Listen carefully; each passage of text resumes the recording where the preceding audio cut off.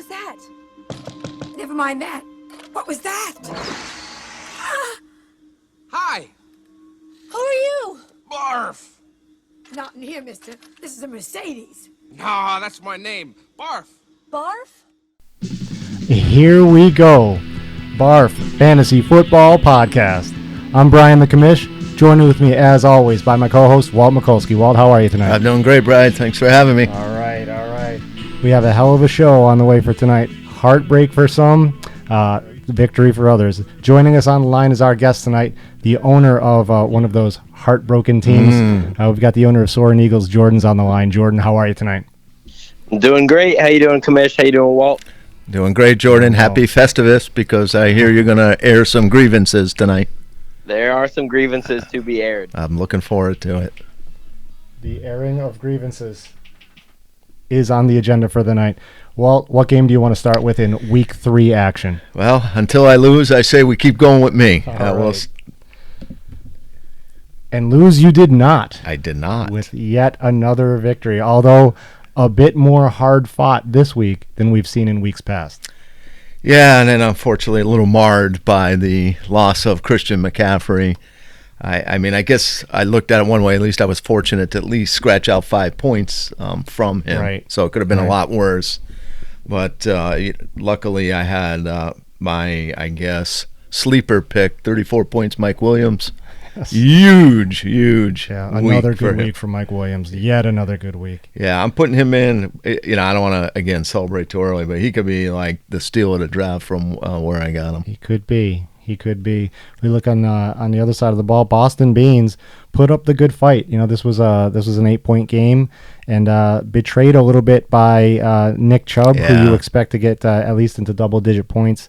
And but he looked strong with that Keenan Allen and Mike Evans combination. Yeah, no doubt, and I agree. I think, Nick Chubb, even I was going to think he was double digits easy at least. So only getting 8 out of him, that kind of hurt. So yeah, it was. I was sweating it out. I was texting Tony the whole time because Aaron Jones, just a week removed from 40-something points, he was making me nervous. That's for sure. Yeah, Jordan, when you see this game coming down to the wire like it was, did you was it ever in doubt for you, or did you think that the Beans had a chance to take this one this week? The Beans, I remember they started off hot. I thought they were going to have a good week at the beginning. I'm not exactly sure when everybody played. But they did get iced by Chubb and even Sutton, who's been putting up good numbers. Those are definitely 2 letdown spots, and Mike Williams lighting everyone up this year, so it's just a tough one for the Beans to overcome. Yeah, I agree. Mike, you're going Mike Williams and riding that hot hand. You have Deontay Johnson on the bench. Is that where he's going to stay? No, I should really probably think about it, because Ben Roethlisberger, I think, decided he actually retired, but he's still playing because he's horrible. So, yeah, I don't disagree. So no, but I picked Deontay Johnson higher than any of those guys, so he's back in. But I'm rolling with Mike Williams. Debo probably the casualty if I'm actually setting someone down, because Jimmy G's looks a little questionable too. Yeah, that's there's some question marks out in San Francisco for sure. But you stay undefeated, a perfect 3-0 with this victory over the Boston Beans. Perhaps not a pour one out celebration with such a exactly. Jordan, let's take a look at Hung Like a Horse taking on the Soarin Eagles, and now I believe that we are early in the show coming to the airing of the grievances. This was a squeaker. It came down to Monday night. It was a 127-126 victory for Hung Like a Horse. Jordan, I'm going to start with you, and I don't have to say anything other than Miles Sanders. It's the curse. When are you going to learn? This was the first 5 minutes of football I watched this year, and I shouldn't have. I'll tell you that for sure. Nick Sirianni better move wherever he's living. He better start going hotel to hotel, because if I get a train down to Philly, I got some words to say to Nick Sirianni. I mean, 3 rushes. Jalen Hurts is out of the pocket all game, getting rushed down. There's a holding call, and basically every other play. Every time I looked at the ESPN little live tracker, it's like 2nd and 32. I don't know what they're doing. I know they went down by 2 scores early, but that's not enough to stop running the ball. It's ridiculous. I thought I had this one in the bag after Sunday night, but boy, that's tough to see. That is hard. Well, I can't even blame this on Miles Sanders because he didn't get a shot. But I think Jordan's 100% correct when saying that. I don't know what Nick Sirianni was thinking. He thinks that the combination of Jalen Hurts and Jalen Reagor is going to be competitive in this league without the rush. I was watching the game, of course, being a Cowboy fan, and surprising part, every time Miles Sanders touched the ball, he did something. Right. So he was extremely effective the whole game. And to me, the way you beat the Cowboys is you run the ball against them, too. So I was scratching my head on that one for sure. I just did not understand what was going on. Right. Yeah, on the other side of the ball, Tom Brady puts up 32 big points. Alexander Madison, I'm going to call this the pickup of the week. Yeah, for sure. I'll air grievance against Tom Brady because I find him quite annoying just in general. But at the end, when they're losing, he still pads his stat with a meaningless touchdown at the end of the game. And Jordan, I feel for you because it's those kind of things at garbage time that they're just so frustrating. Of course, yep. I think that the entire league celebrated for a moment, but then Jordan, realistically, Justin Tucker doesn't hit that record-setting bomb this week, and you win this game. Yep. There's a it. lot of things that could have happened to turn this game around. I mean, Sterling Shepard goes out in the first quarter with a hamstring injury. Yep. Steelers D can't manage to do anything against Cincinnati.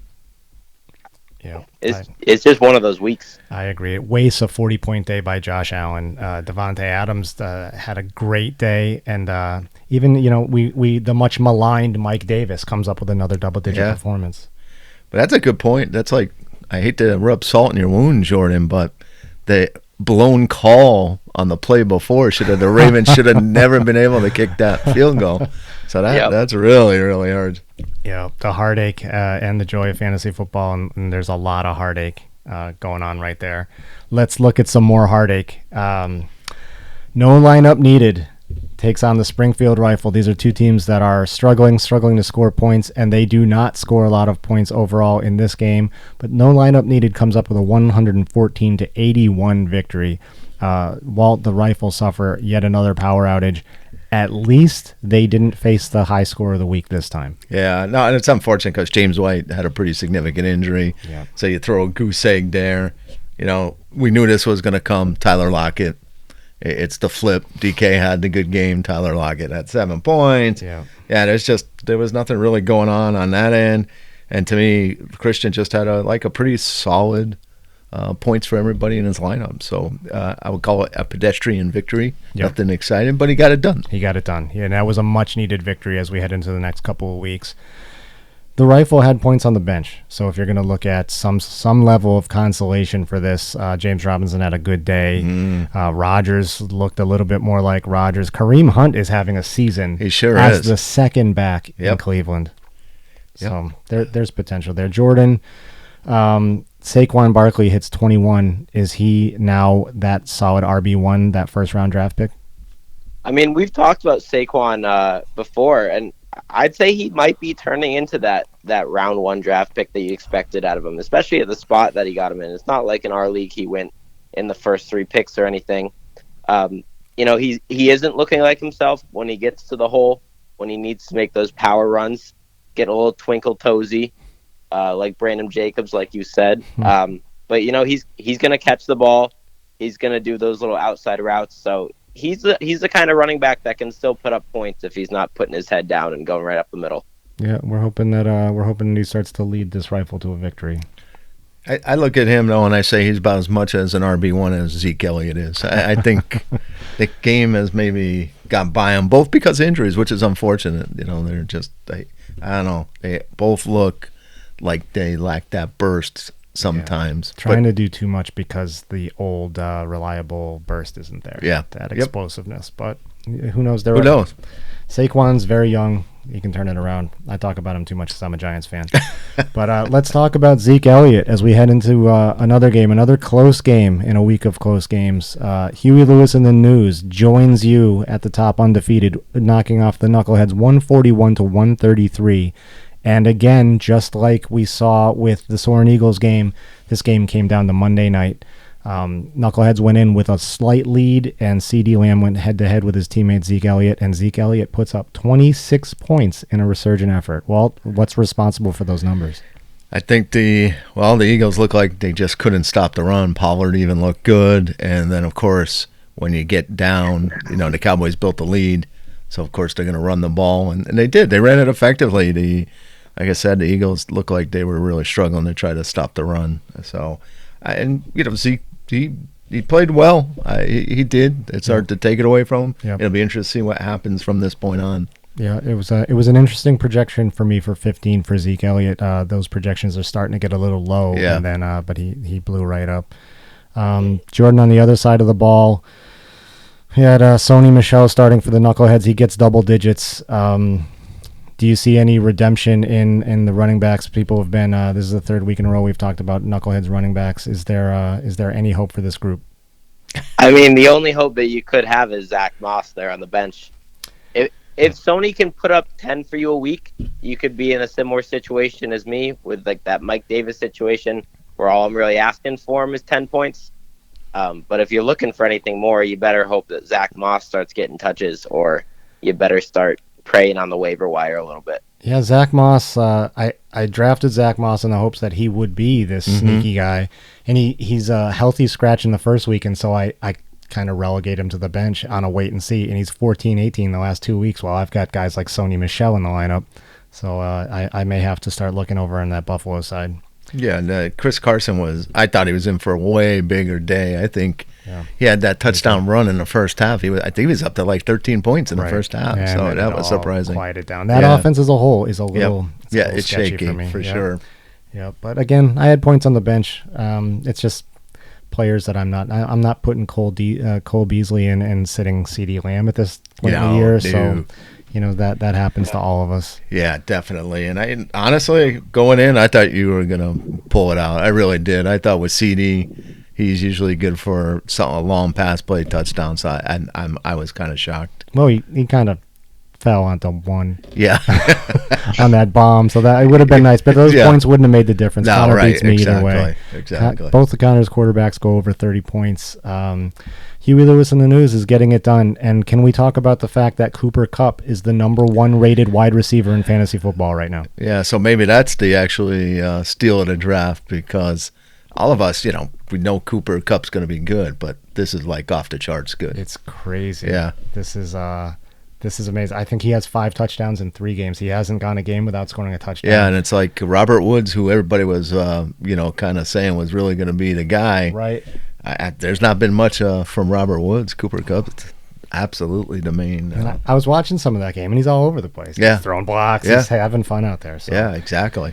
What is, once again, Connor knows something that the rest of us didn't seem to know.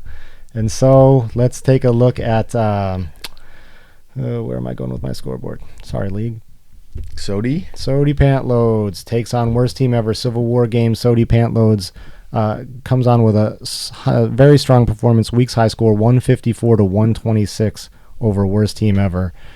Jordan, I don't know if you were following this game, but this is one where we were looking at certain players that we expected to fall off, and I'll bring up Clyde Edwards-Helaire, who not only did we knock a little bit, but the owner of worst team ever knocked him quite a bit himself. He puts up 17 weeks in a strong performance this week. Jordan, what is responsible, in your opinion, for the worst team ever's loss this week? Honestly, worst team ever can blame their loss on Sody Pantloads, putting up 154 points. Worst team ever had a decent day. Yeah. Maybe you hope for a little bit more out of Tunyon, but you can't be too upset with anybody's individual performance, especially with Edwards-Helaire putting 17 up. Yeah. It's really up to who he played this week. Yeah, Walt, you weren't beating 154 points this week, right? No, there's no way. It's like he got 29 out of Najee. He following the Connor formula? He's got Kamara, Najee Harris, and DeAndre Swift, who I was personally not so high on, but he's been pretty consistent as well. Yeah, he's the subject of investigations and plays designed for him. So, is this combination of Kamara, Harris, and Swift the best combination through week 3 in BARFF? If it's not, it's pretty close to it for sure. Connor with that Zeke performance, maybe. Right. But yeah, the payload's got a good team. There's no denying it. I just think the bench might be a little weak, but I could probably say the same for myself. So yeah, that's what the waiver wire is for. That's what we do, and that goes week to week. So that's something to keep an eye on as we move forward. Which of those two teams between Sody Pantloads and Huey Lewis in the News, are going to end up with the strongest running back group in the year of the wide receiver? Well, Connor will trade one away at some point, so I'm sure. I don't know. I'd like to have more people on the line. We may have to turn this into a live broadcast at some point.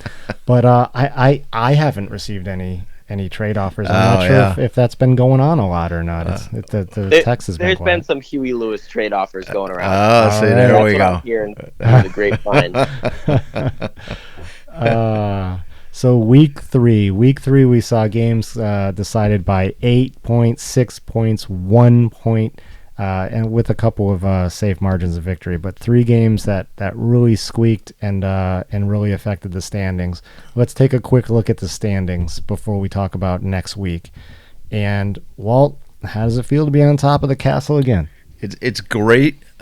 The one thing I do remind myself is that I had that year where I only lost 1 game, so it's like you're eating a dessert. It feels good, it's satisfying, but when it's all said and done, it's not at the end the championship's the steak dinner. That's so I don't try to get too worked up about what my regular season record is that much, other than I look at this way and say, now I'm only 5 games away from getting into the playoffs. That's how my mindset is when I look at my win total. Yeah, that's a great way to look at it, and that's a great goal to have. I tell you, I cannot help but have my heart go out to the only team in the league with more points against than me, but they have far more, with 467 points against in 3 weeks for the Springfield Rifle. Jordan, we talked about a power outage with the Springfield Rifle, but when you're giving up 467 points through 3 weeks, does it really matter? It certainly doesn't matter. Looks like we're running on the same pattern this year, where you and the Springfield Rifle seem to be a magnet for points against. Yeah. People have good weeks against the Rifle, and as we head into discussions about next week, I'm gonna hope that holds some water as a theory. But let's stay on the standings for 1 minute. So we talk about the log jam in the middle. This will be the week that starts to break apart. As we talk about next week's matchups, it's not really, depending on how the games go, it's not necessarily going to be a toss-up like I feel that this week was. This week, we talked about it with Christian last week, that 0-3 isn't fatal, but next week, an 0-4 sets you back, because there's going to be teams with 3, 4, 2 wins, and now you're at the 0. That sets up, in my opinion, early in the season, a pretty must-win situation for the Rifle. I couldn't agree more. It's climbing out of that kind of hole, that's tough, especially with the other teams in the league. I mean, I think it's a very, overall, each team is pretty decent, and the league is really strong in my mind from top to bottom. So I think going for, I wouldn't want to deal with that. Yeah, that is a tough situation. And there's the whistle. And Jordan, the whistle means it's time for 3 and Out with Walt. You're so mad. Oh, throw the flag! He's all over him! All right, Jordan. So, of course, this could be a multi-tiered question, the surprise 3A. That'll be Perfect. at the end. But let's start again, just kind of give you a little easy softball to get warmed up. So, you suffered a really heartbreaking loss this week. And, just a regular, where are you going to right the ship? Because you're 1-2 now. I wish I had much to say to you on that. I'm going to make a little change to my defense this week for sure. But other than that, I'm rolling out Mike Davis and Miles Sanders until something big happens. I think Cerrone's got to see what's going on. Mike Davis is consistent enough. I got the big boom players at my wide receiver spot. I got Kittle. I got Allen, who are starting to produce. I think if things just come together, that I can turn the ship around. Yeah, I don't disagree with you. The Kittle looked like he was really getting back in the groove on that offense on the Sunday night game. So that'll be, that's a huge help if you get him performing like he did a few years ago. Big advantage over other teams. So talking about your running back situation, and these next two are kind of, I guess, feeding off of that. I heard you last week. You said you wouldn't mind a little Chuba Hubbard in maybe a lineup. So, but now we see Christian McCaffrey. There's some news that he might be back sooner than people have thought. So, what do you think of where you're at for running back, and do you feel you need some help in that area? I don't want to put my cards out on that because the waiver wire is a little bit of a game in of itself. But Chuba could have impressed more in that game, and I haven't seen any news that McCaffrey's going to be out for a mega long term. Who knows if he re-injures? But right now, I'm hoping another opportunity at running back pops up. Okay, and I understand. You can't show your hand, but you're kind of thinking maybe Hubbard isn't the answer. Is that kind of what you're telling us? He might not be the answer for Soarin Eagles. All right. So let's keep building upon that. So, you're 1-2. You look at your running backs. Maybe you're feeling a little vulnerable. And I think last year when you were vulnerable, you made a deal that maybe, brought a lot of criticism to you for that Taysom Hill.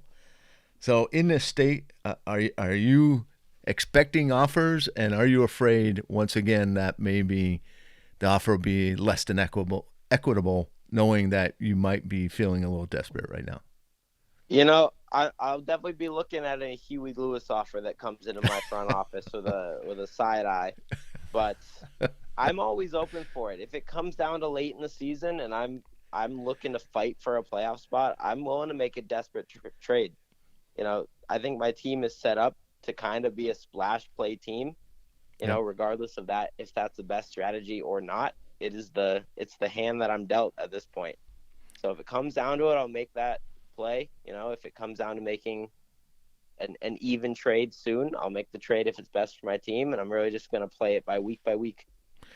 Yeah, Jordan, I don't blame you. When it's all said and done, I could care less who has the toilet seat. So I'm just doing what's good for me, and I could care less about who ultimately ends up winning. It doesn't matter if it's the Pantalones, worst team ever, Huey Lewis. I could care less. So I want the toilet seat so bad that I still haven't gotten it to the champ. I just kind of like seeing it here. Champ, we're going to get it to you this week, I promise, but not tonight. All right, so 3A. Now, we played a little game, Sophie Choice, with Christian. It's a little bit of a play on that, but this is going to be more about trust and execution, I think. So let's lay this scenario out to you, Jordan. You're going to be going on vacation. We're at week 14. You need to win to make the playoffs. But unfortunately, you're going to have no cell service, and you absolutely need to get a transaction in to get somebody to put you over the top. So with that being said, you're going to have to trust someone else to do it for you. And unfortunately, I need to eliminate the knuckleheads from this because, we're not going to let you have your go-to person here. So it's a two-parter. Who do you immediately eliminate and why? And then the second part is who do you entrust with password, username, and to make sure they get that transaction in? I think anyone can predict what the immediate elimination would be, and that is to kick Boston Beans out of that password. And what's the rationale there? Boston Beans has been known, especially recently, maybe in a different world, maybe in a video game world, to not play very fair. Oh, wow. And someone who was touting their defense first mentality in fantasy last season, I think he would try to get as few points against as possible in any situation. So I'm kicking Beans out. Okay. All right. In terms of who I would trust, first comes to mind would be the owner of No Lineup Needed. I think he would be in it for a fair competition. I think he would want to keep BARFF as real as possible.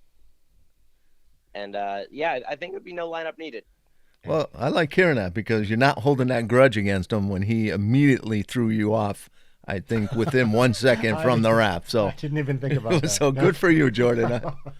I'm very impressed. Well done. Well done, Jordan. Jordan, Thank you you. are off the hot seat. That was 3 and Out with Walt. And yet again, this is getting interesting week to week. I like what you're doing here. Let's take a look at next week, week 4 of BARFF action. Walt, we're going to start with your game. Again, we say every week it's Wednesday. Projections are projections. You don't even have your lineups done yet. But Hung Like a Horse is coming to town to try to knock you out of that undefeated status. This is a 2-1 team. Looking pretty good with this lineup. A lot of talent here, some of which hasn't been realized yet. If you look at Adam Thielen, I think that he's better than what he's been playing, especially with Kirk Cousins going off. So, Walt, what do you think about Hung Like a Horse in your game this week? Yeah, well, the biggest question mark for me is is he going to have Dalvin Cook? So that to me is probably the biggest question mark. Sure. Although Madison put up 23 points. He did, but I'm hoping he's got that tough decision where Cook will maybe play and maybe so. Not that I would like to wish bad for anyone, but it'd be nice if he had to make that decision. The one game that scares the hell out of me is how much is Tom Brady really going to want to try to hang on the New England Patriots? 75 points. Yeah. So there's if I pick the one matchup that probably scares me the most, that's probably it right there. Yeah, I agree. Jordan, Tom Brady plays hard out against the Patriots this week, or does he take it easy based on old memories? Brady does not take it easy. He's going to be putting up as many touchdowns as he can this week. I agree. He may play some defense, try to get a pick six. Hung Like a Horse is also dealing with an A.J. Brown injury situation, and it's looking he went to the locker room last week, posted a 0, and he's looking like he's going to be out for weeks now. Yeah, that's kind of starting to be his MO. I mean, I had him last year, and it was that same kind of thing.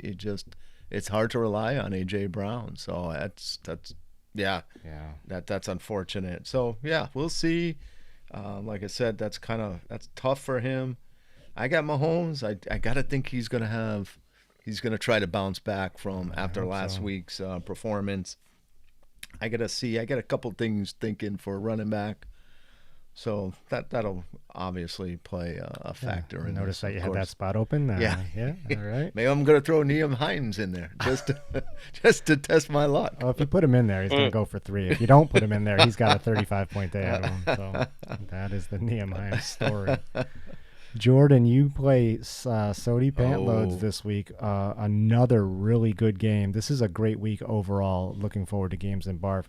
Again, Wednesday projections, they have you beating Sody Pantloads 130 to 128. I'm not 100% sure, but if that's not the highest projected total, it's one of the highest for the week. Do you feel that confident heading into this matchup with Sody Pantloads? It's tough to feel super confident heading into a week with Sody Pantloads. They put up a lot of points, but I think my team is set up to put up a lot of points any given week. I think Hopkins and Adams could combine for 60 on maybe just a decent day for both of them. Yep. Josh Allen playing Houston. George Kittle's playing Seattle, so that'll be a high-scoring game. Jacoby Myers in that Tampa Bay game. Tampa Bay is definitely going to put numbers on the board, so New England will be throwing.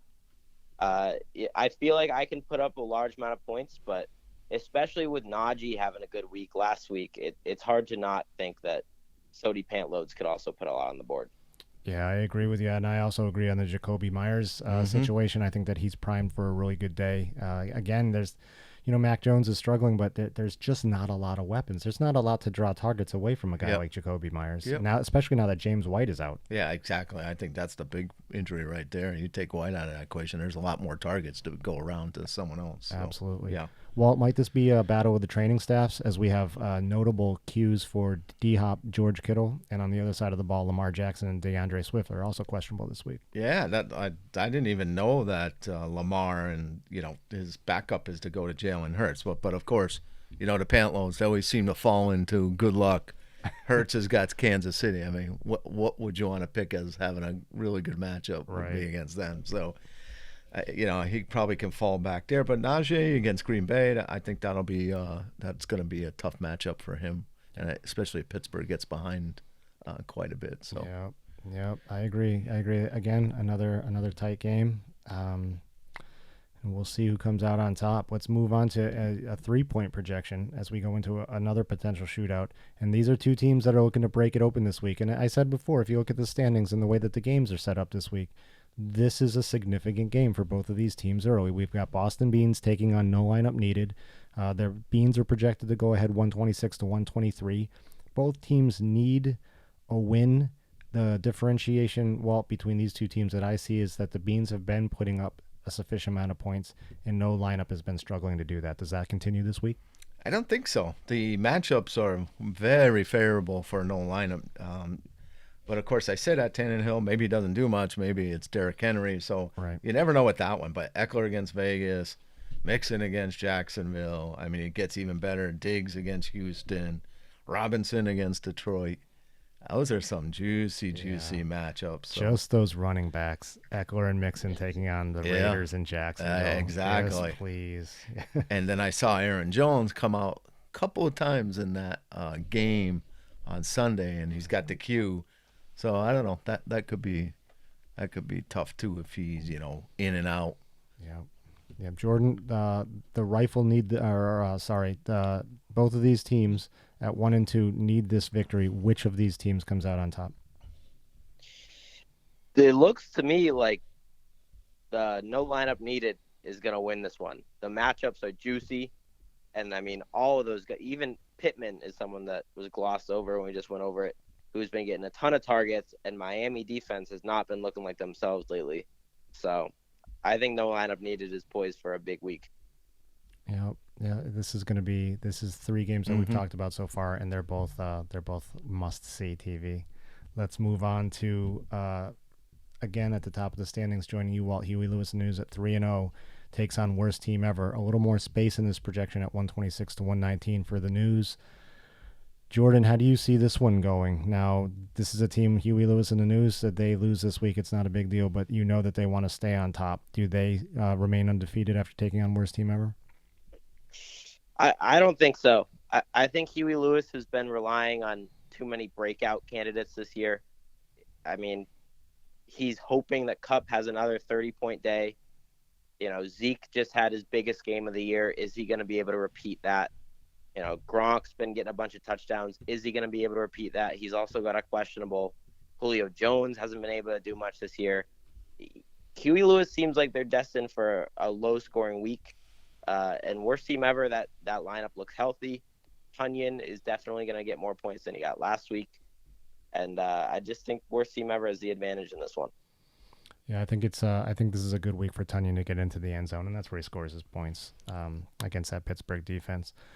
Walt, how many Qs can you see in the Huey Lewis and the News lineup? I mean, this could be the story. I don't want to keep having you talk about injuries, but I mean, 3 in the starting lineup, and again, it's Wednesday, but then also 3 on the bench, including, he's got probably the best 2 quarterbacks right now as a pair in the league, and Justin Herbert's a midweek questionable. Does that turn this game?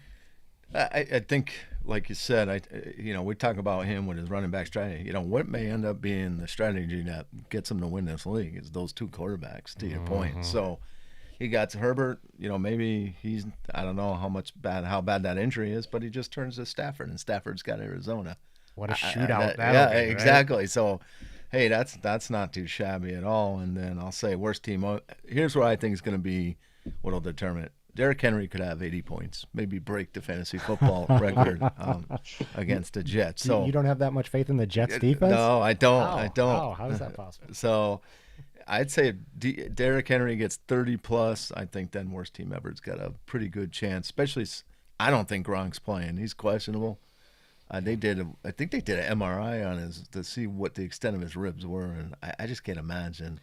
I think that idiot will play this game because it's the New England homecoming game. Yeah, good point. And he may limp out in the third quarter. We may not see him for 6 weeks. Yeah, that's a great point. So, yep, and he'll probably try Brady to Gronk just to really rub it in. So, yeah.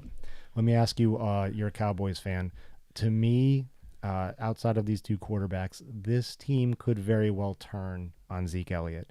And we saw last week that he's still a very capable back. 26 points, that's what you wanted of your first rounder. Are the Cowboys going to continue to use him like they did last week, or do you think that they're going to do this switch off and try to keep him fresh? Well, I think what's going to happen is Carolina's defense is unbelievable from the games I've watched Carolina's D. They're stout against the run. I think Dak's probably going to throw 40 times. That's my prediction. And I think Zeke, this is going to be it's a really tough matchup. I think they'll split because of it. And I'd say if Zeke gets to double, that'll be good for Connor. But I think it could be worse than that, honestly. Yeah. Let's move on to the battle of the teams that just want the other guy to not score a bunch of points against them. And it's me, the Knuckleheads, taking on the Springfield Rifle. Biggest spread of the week, but it's Wednesday, 127 to 117. I'm favored. I feel zero confidence in that projection. Every week, the Rifle has, except for this week, they have someone go off. It was the story of last season. I was in the same boat a little bit, but they're really getting crushed by people this season. This is, as I said earlier, they're probably in a must-win situation.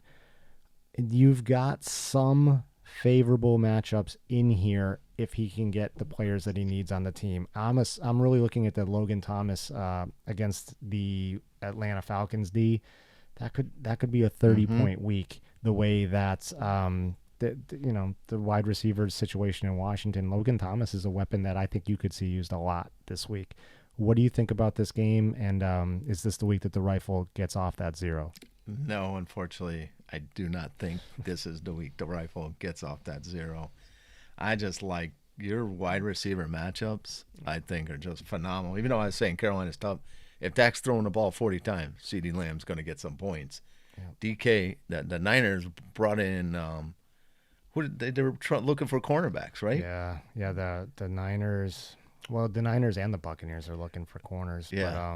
But, I can't remember. I know the Bucs brought in Richard Sherman. Yeah. So the Niners, I can't remember who they brought in. They brought in like 3 guys this week. So I think DK's due for another big week again. So that's a huge one.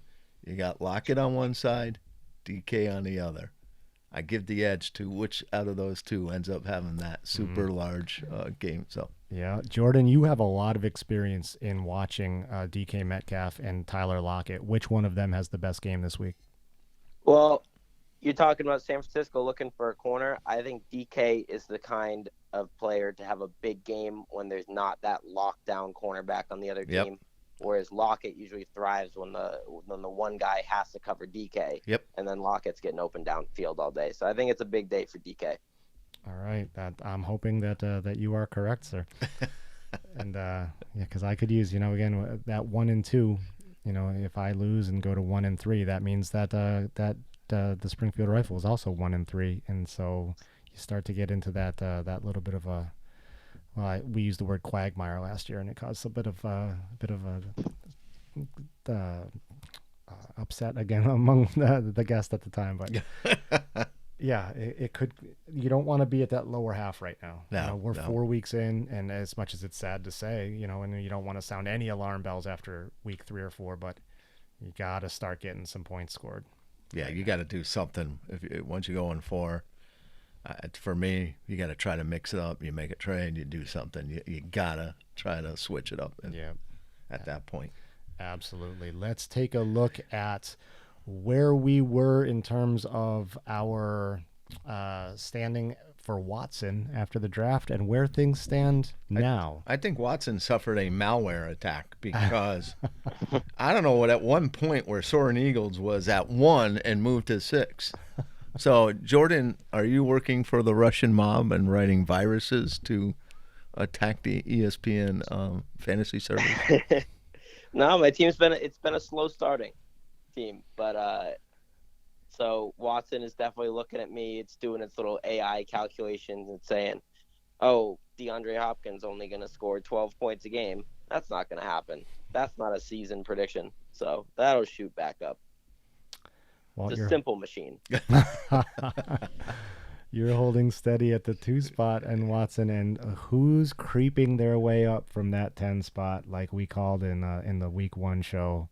Huey Lewis. Oh yeah. And then the scarier one, as you know, my arch nemesis, the biggest gain from the week before, from 7 to 1. 7 to 1 for the Pantloads, Yep. and they got. If you look at their point total, he's moved up quite a bit. Yeah, So, and that week last week showed the potential of that team. He not only gets Yeah. the BARFF high score, but he went well top to bottom, including the bench. So that shows that's a formidable team. Yeah, exactly. And I think, you saw some drops. Unfortunately, some big drops for the Rifle. Again, I don't know where Rifle was number 4 at any point when you have no wins. Yeah, I thought that those numbers were supposed to stay steady, the first numbers, and then you're going up and down based on that. But I didn't remember Rifle being at 4, and I didn't remember.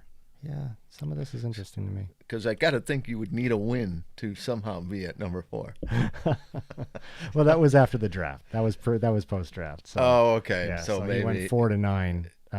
Okay, so I guess that kind of makes sense. And so there's a legend there too. So need to look at that. Yeah. Yeah, so yeah, I yeah. guess exactly. Yeah, but we'll see. We were criticizing Watson all last year, and I don't even think that we brought him up the last couple of weeks. But I want to kind of check in with him every now and then. Yep. Because he kind of called it last year. Yeah, exactly. So. But you look at it. One, I don't know if you noticed, trending up, knuckleheads. Oh yeah, Watson. Watson likes to play games with my emotions. That's all that is. That's a ghost in the machine. Is all that is. So if you can look at my team and justify a 3rd place hopeful finish right now, then you're seeing something that even I don't. But I drafted Sony Michel. So that is, we are 3 weeks down. We are playing week 4 starting tomorrow, and this is a great week for BARFF. Walt, these games look close, and they're starting now. We're in week 4. They're starting to have a little bit of impact on what we're going to see later on in the year. Oh yeah, it's all fun and games, early on. Now we're starting to get that middle part of the season is really. You really start, you get in your cadence. You're looking for those free agents. You got injuries now to deal with. So, we're getting to as I like to say, the meat and potatoes of the season. Jordan, that waiver wire was scorching red hot last week. Does that carry over into this week? Our owners right now tonight putting in those waiver claims for tomorrow morning? Oh, yeah. I think the years of a cold waiver wire are done. I think every week you're going to see some moving parts. Yeah, I have to agree, because if you don't make the moves now, what are you waiting for? Yeah, I agree. And I think some people just do it for the sake of doing it. It's like crack cocaine. I think they have to make a waiver wire move. I will say I never in the past, until last year, really thought about the idea of just picking up people with the intent of shopping them, and I find myself doing that from time to time. I haven't done it yet. Yeah. But, yeah. That crept in my mind. I tilt my hat to those that have worked that better than I in the past. So. And that is our show for the week. For my co-host Walt Mikulski and our guest tonight, Jordan, thanks for coming on. You were a great guest. Thanks, Jordan. Thanks for having me. Miles Sanders, 30 carries next week. I'm hoping for you. All right, Walt, have a good night. All right, thanks, Brian.